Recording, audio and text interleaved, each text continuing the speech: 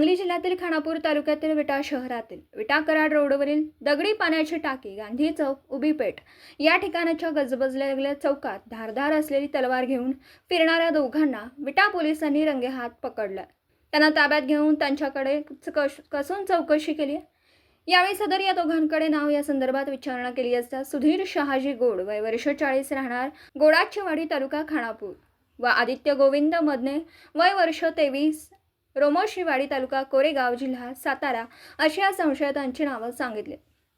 ही कारवाई सांगली जिल्हा पोलीस अधीक्षक संदीप गुगे, अपर पोलीस अधीक्षक रितू खोकर मॅडम आणि विटा उपविभागीय पोलीस अधिकारी विपुल पाटील यांच्या आदेशानुसार विटा पोलीस ठाण्याचे पोलीस निरीक्षक धनंजय फडतरे यांच्या मार्गदर्शनाखाली विटा पोलीस ठाण्याचे पोलीस उपनिरीक्षक सचिन शेंडकर व विटा पोलीस ठाणे गुन्हे प्रकटीकरण पथकातील अंमलदार उत्तम माळी, विलास मोहिते, अक्षय जगदाळे, किरण खाडे, महेश संकपाळ, संभाजी सोनवणे, दिग्विजय कराळे अधिकारी व अंमलदार यांनी ही कारवाई दुपारी 2:30 वाजण्याच्या सुमारास केली आहे, अशी माहिती विटा पोलीस ठाण्याचे पोलीस निरीक्षक धनंजय फडतरे यांनी दैनिक प्रीतिसंगम विटा खानापूर तालुका प्रतिनिधी शिराज शिकलगार यांना सांगितले.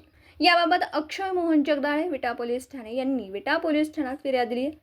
हे दोघे विटा शहरात पल्सर दुचाकीवरून तलवार घेऊन फिरत असल्याची माहिती पोलीस हवालदार उत्तम माळी यांना गोपनीय माहिती मिळाली. गुन्हे प्रकटीकरण पथकातील मिळालेल्या माहितीनुसार दगडी पाण्याची टाकी येथे सापळा रचून विनोद त्यापैकीकडे जाणाऱ्या रस्त्यावर दुचाकी MH11 DR 2552 वरून हे दोन संशयित तरुण उभे होते. त्यांची या पोलीस टीमने अंगझडती घेतली असता दोनही बाजूस धारदार असलेली लोखंडी तलवार मिळून आली.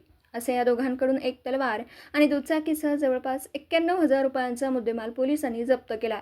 पुढील तपास विटा पोलीस करीत आहेत. दिवसभरातील घडामोडींचा आढावा घेण्यासाठी पाहत रहा N24 मराठी न्यूज चॅनल.